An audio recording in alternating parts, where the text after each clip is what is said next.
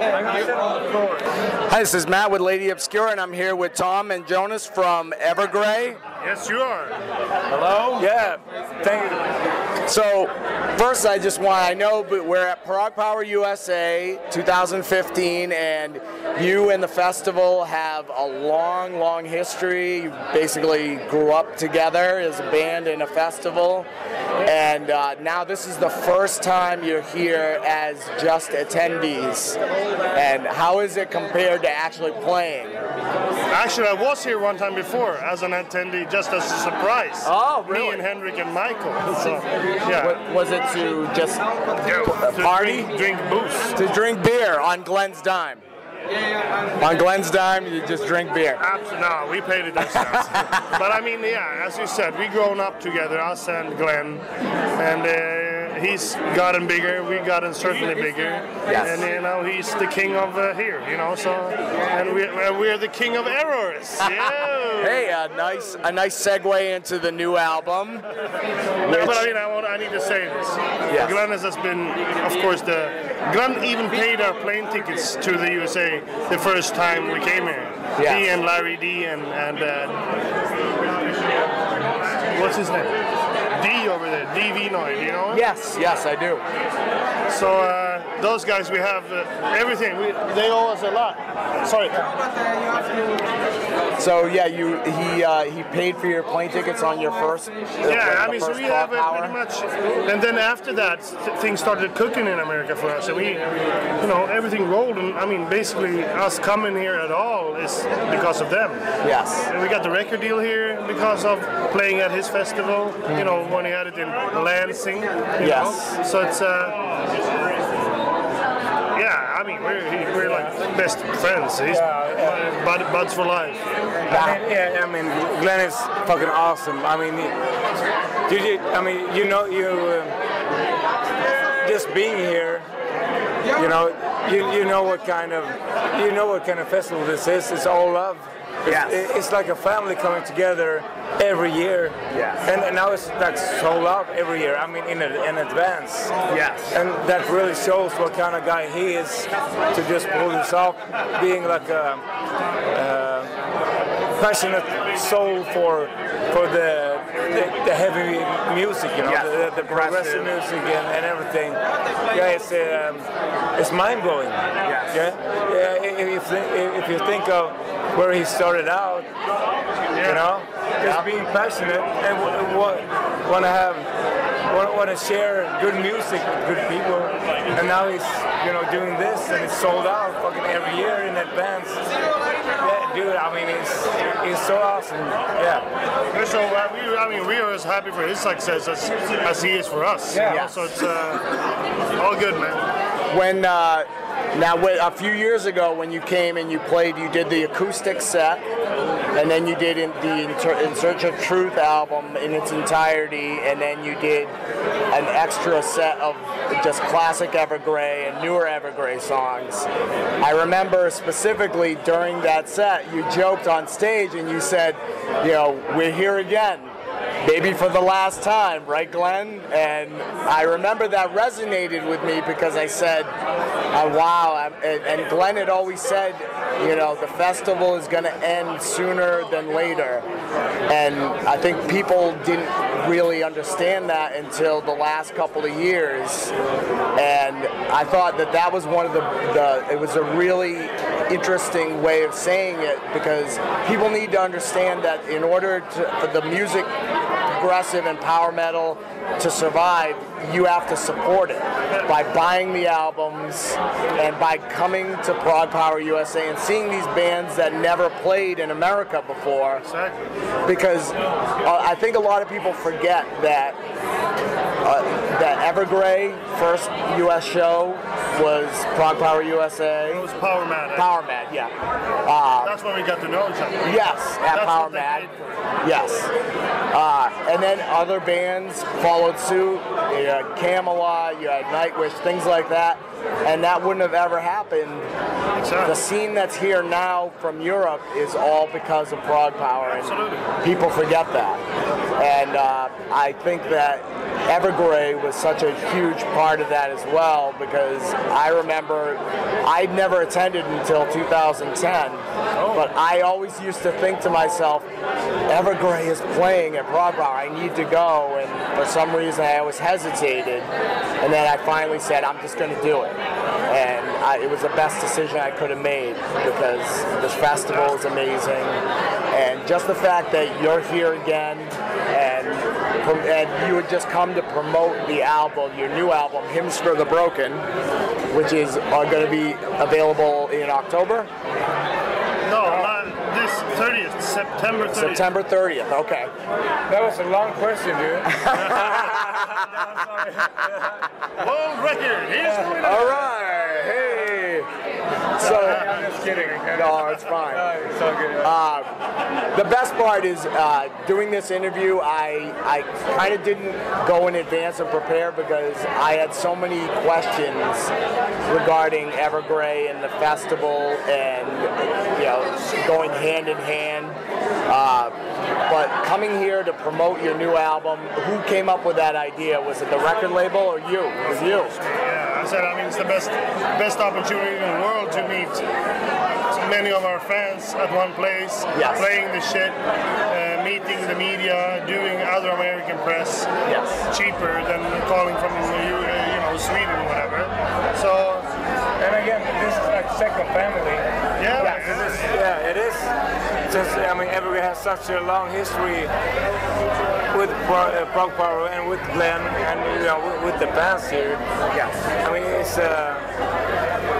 It's kind of no-brainer at the same time. You know what I mean? I thought it was a brilliant move, and when I heard that it was going to happen, I was really excited. And then because I work for Lady Obscure magazine, I got the promo even before this, so I had a month to listen to it, and I have to say that I think a lot of the past few albums kind of got especially Monday Morning Apocalypse got a little bit of a bad rap, because it's Evergrey, but maybe Monday Morning Apocalypse was a little more stripped down. Sound-wise. Yeah, sound-wise it was stripped down, but it was still Evergrey. Absolutely. And that's one of my favorite albums. There's some amazing songs on that, but people were scared off by the production. Yes. And then by us dropping names like Britney Spears in connection with the production team, and people already decided before they heard it. So it's. I still like it. I still love that album. I think it's a really, underrated record, actually. Yes. Just because of that. I would have to agree. We worked our asses off for that album as well. And it's different, but every Evergrey album is different, and that was the album that we wanted to make at that time. Yes. And the cool thing is that some people just kind of talks it off and just like they're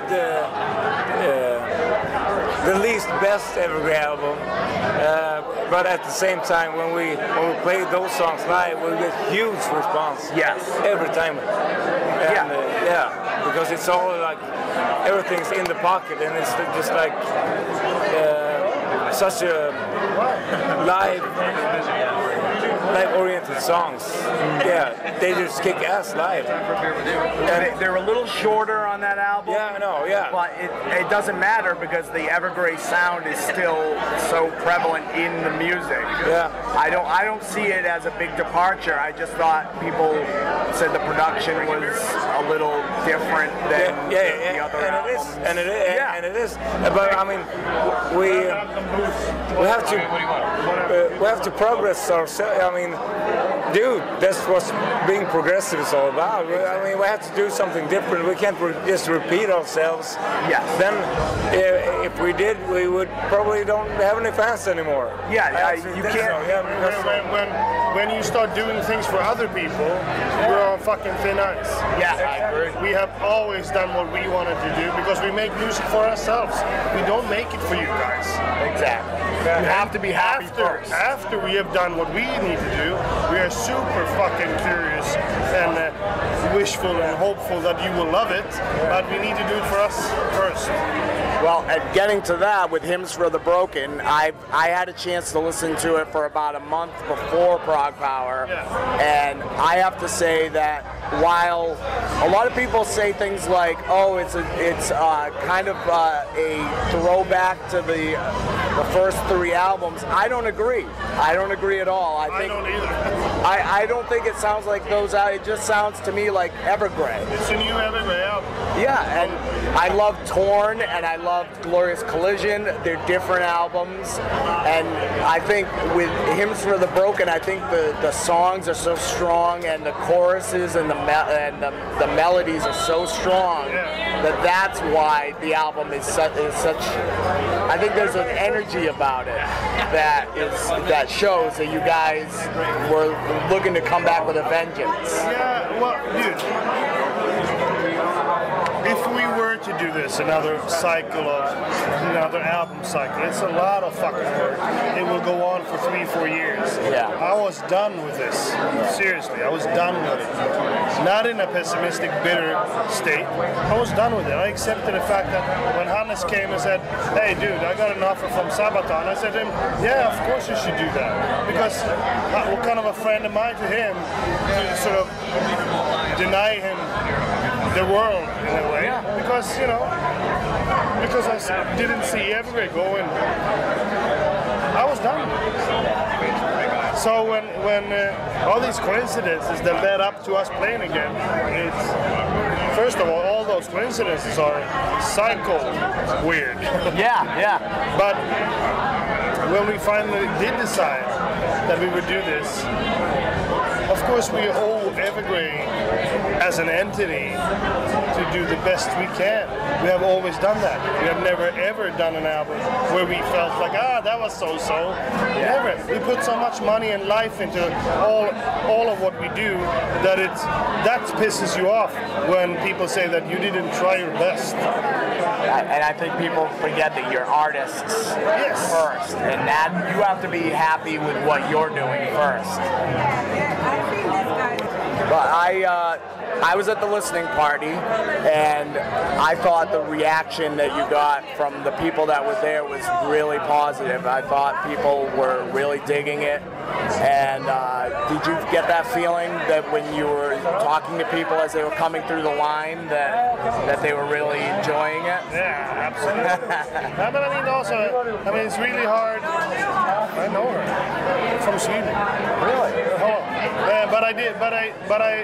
We need to remember that people need to hear the album also by themselves, because Evergrey is about so much details, So it's about having those reactions by hearing it from PA while talking to people, whatever.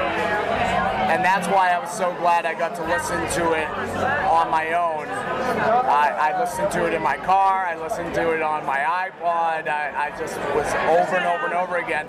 And I joked with Nem from Lady Obscure that I wanted to mud wrestle her so whoever won would get the review.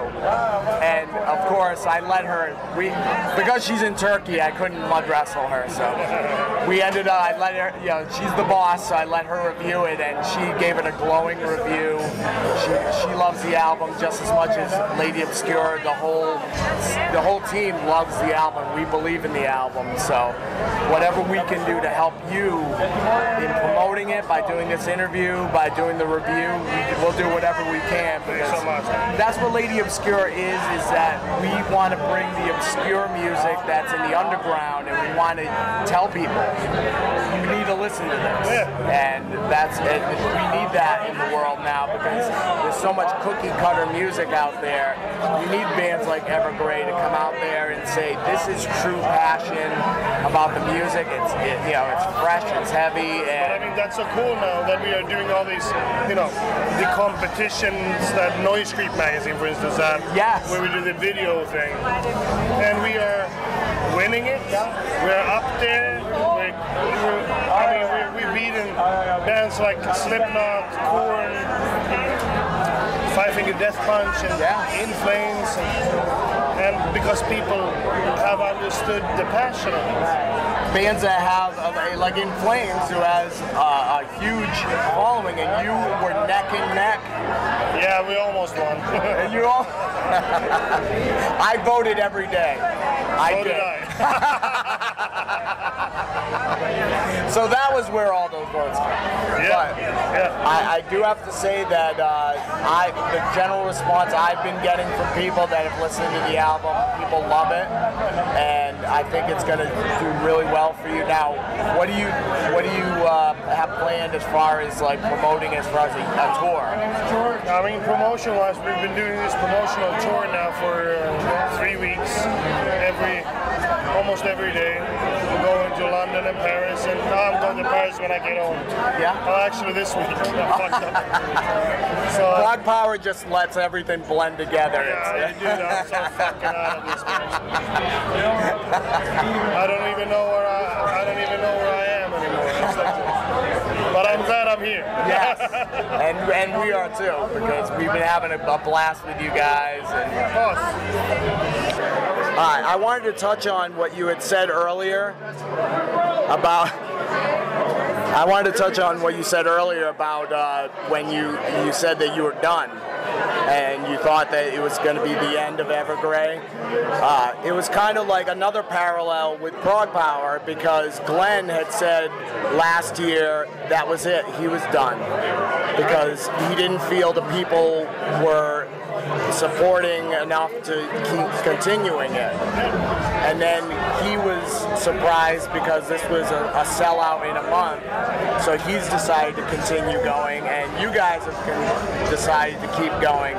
So yeah, exactly. You've always had this same parallel with the festival, which is interesting.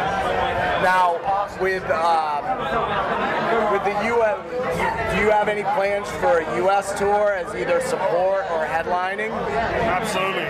Yeah? I think we're done with supporting. If it's not like... It's not somebody big. Really big. Yeah.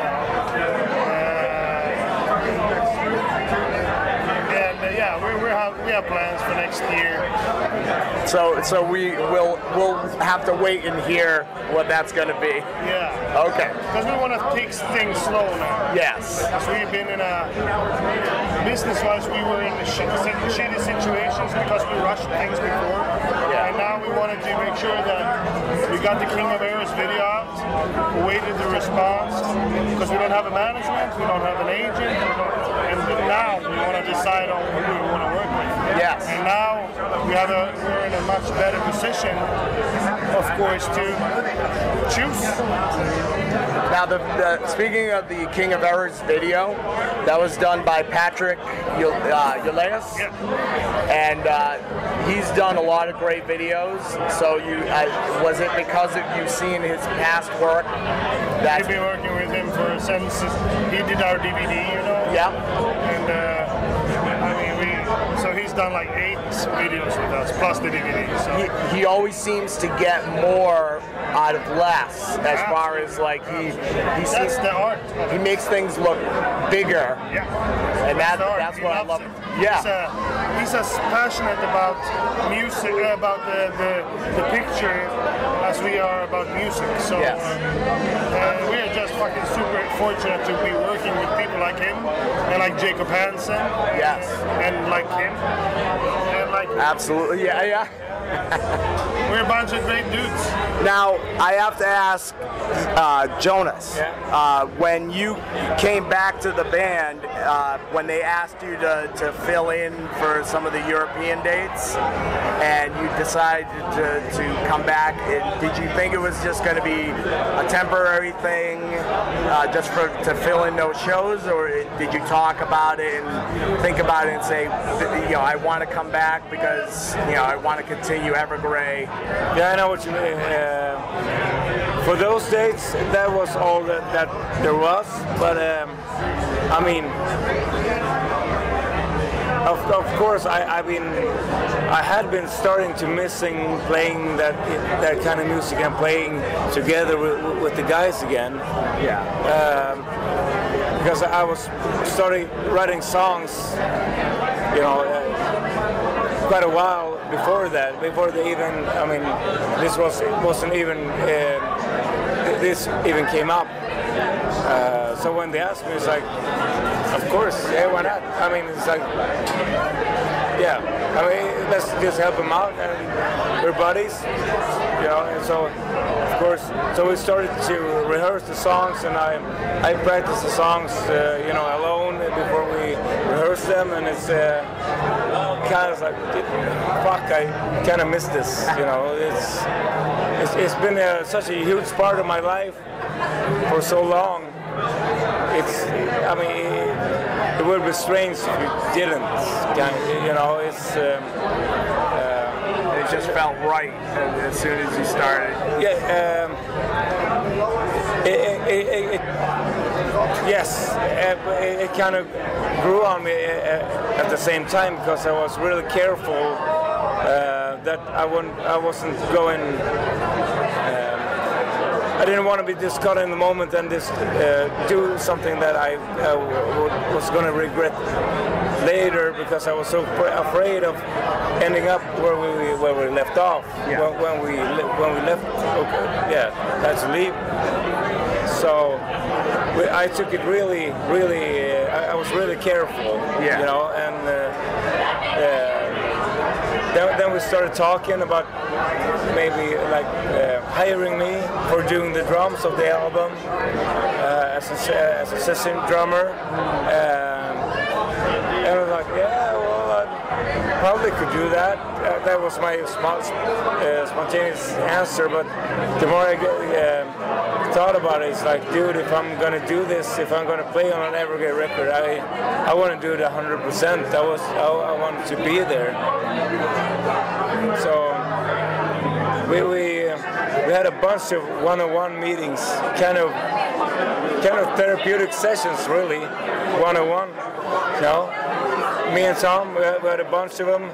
Me and Rickard had talked. Me and Henrik had talks. Everything, and just cleared everything out. You know, everything that's been.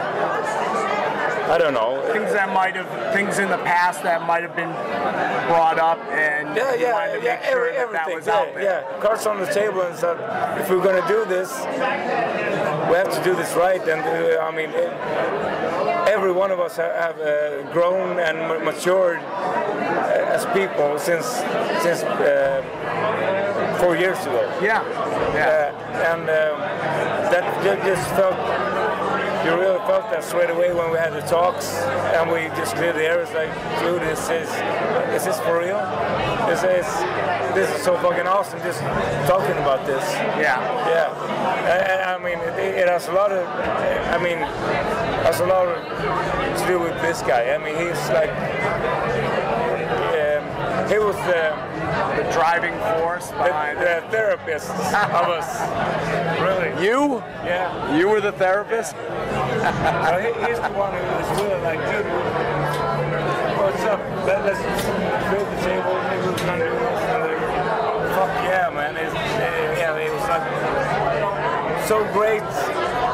So it's like taking a breath of fresh air. It's like, is this for real? Goosebumps. Excellent. I get goosebumps all day weekend. But to make this long story kind of shorter, is after we did this, we were. It was like being back again, but it's. But even better than I ever imagined, and it just went on from there. The writing and just the good vibes, and it's unbelievable. I can't express enough how happy I am to be back together in the band, and you know that things have worked out the way it has. It's overwhelming. Well, it definitely shows in the video that the energy is there between all of you, and when you did it seems like the video was shot where it was like giving little glimpses of the band as it is in its current form, and then each band member got in the shot more and more, and it was like, it's Jonas, and look, it's it was just. I thought the video was very well done. That was so cool. That was a plan. Again, Tom was bringing up this idea that when we were back together and we started writing the album, like let's make a big deal out of this, you know, because this would really gain everything. I mean, promotion-wise, it's like we created such a buzz and a hype. Yeah, a guessing game. Who is it? Yeah, social medias and everything, and we just let's keep this a secret. Yeah, and then we as time goes, we're gonna like give you a few hints, you know, but still keep it a secret until the first chorus of King of Eros, the video. That's when we're gonna just unleash it. Yeah, unleash it. Yeah. When I saw it the first time, when I saw what Patrick played it to me, I started crying. So fucking great. It was, and the first time I saw it, I got goosebumps because it was like you just had you with the energy that you have behind the drums, and it just looked. It was like a new era of Evergrey had started, and it was just really exciting to me. And that's why, as soon as I saw the video, I couldn't wait to hear the album. Now, speaking of the album, you have your daughter sings on a song. Does she do growls? You said. On which song did she do that? She's 14 years old. I know, he was saying to me she was 14. And she said to me, "Can I growl on it?" I was like, "Yeah." And I was like, "Yeah, of course you should. Of course you should." Do it. She's like, "It sounds fucking great."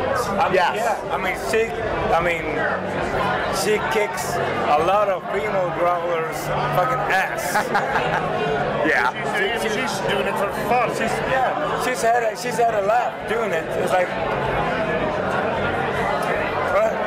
she's joking right now, but it sounds so fucking great. I mean, and actually it came out. It's so funny. Hannes, the old drummer, and her was at my house practicing growls, and he was lying on the floor in cramps, crying because it was so fucking great. You know. You know? So that's amazing. So we showed Floor from Nightwish. Yeah. And Hannes was at my house the other week. I don't fucking know when it was. Someday. It was a while ago. and she showed Floor also the growling, and they sang and played piano. Oh yeah, really? Fucking great. Oh wow. I mean, it's pretty cool. It's Evergrey, it's Sabaton, it's Nightwish. Nightwish. After in the sauna. That's cool. Yeah, it's a cool element. But that chorus, I told you about this the other day. When you did the choir part, that part just like sent chills up my spine when I heard that. It was amazing. And also when she growls it, it's scary because I know that it's a girl and it's a kid, you know. Yeah. And the thing is that she's fucking great. I mean, she's so talented. I mean, you should hear her sing. I mean, well, maybe we'll get that chance again. It's not a shocker that she is compared. I mean, if you think of the parents. Yeah. It would be if she wasn't.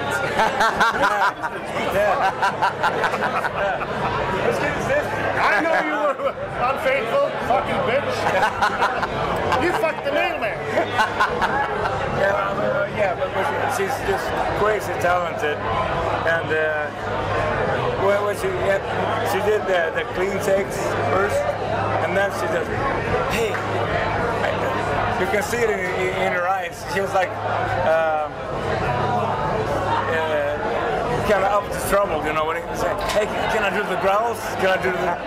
Yeah, of course, why not? And we just cracked up when she started because it was so fucking good. But at the same time, she had this, she has this nerve of kind of desperation, and it's she has this feel when she does it. It's so desperate. Yeah. At the end, when she's ending the growl, it's like you hear like a note of desperation. It's like she understands music. Yeah. But I think that's it. Because she's not perfect in pitch. But she knows how to. She knows feeling. Yeah. She has timing. And I don't want to push her. You know, no, you want her to. I want her to discover that she is a musician by herself. Yeah. But that was one of my favorite moments on the album. But everything about it is just every song. It has memorable hooks, and it just feels so energetic. And that's what I get out of the album. I just like feel an energy about it. Could you write that to me so I can show her? Absolutely. What's your favorite? Absolutely. Because she needs to understand that you get credit for shit too. I will definitely do that for you. But I just want to say in closing that I want to say thank you for taking the time out to do the interview. I know you guys have been busy with interviews and promoting the album. I wish you the best of luck, and I don't think you'll need luck. I think this is a new era for Evergrey, and I think the album is going to do very well, and I think everybody needs to hear it. So just before we go, what's the release date again? September 30th? September 30th, and I just need to say that we're so damn happy and grateful for the chance of doing this another lap. It's not a hasty decision for us. It's something that comes through a lot of talks, and we are super impressed by the fact that we are very important in other people's lives. Evergrey is not important for only us. It's obviously important for many other people too. Well, that's great. Well, thank you very much, and hopefully we'll see you in the U.S. soon. And take care, and thank you both. Thanks so much. Thank you so much. Thank you.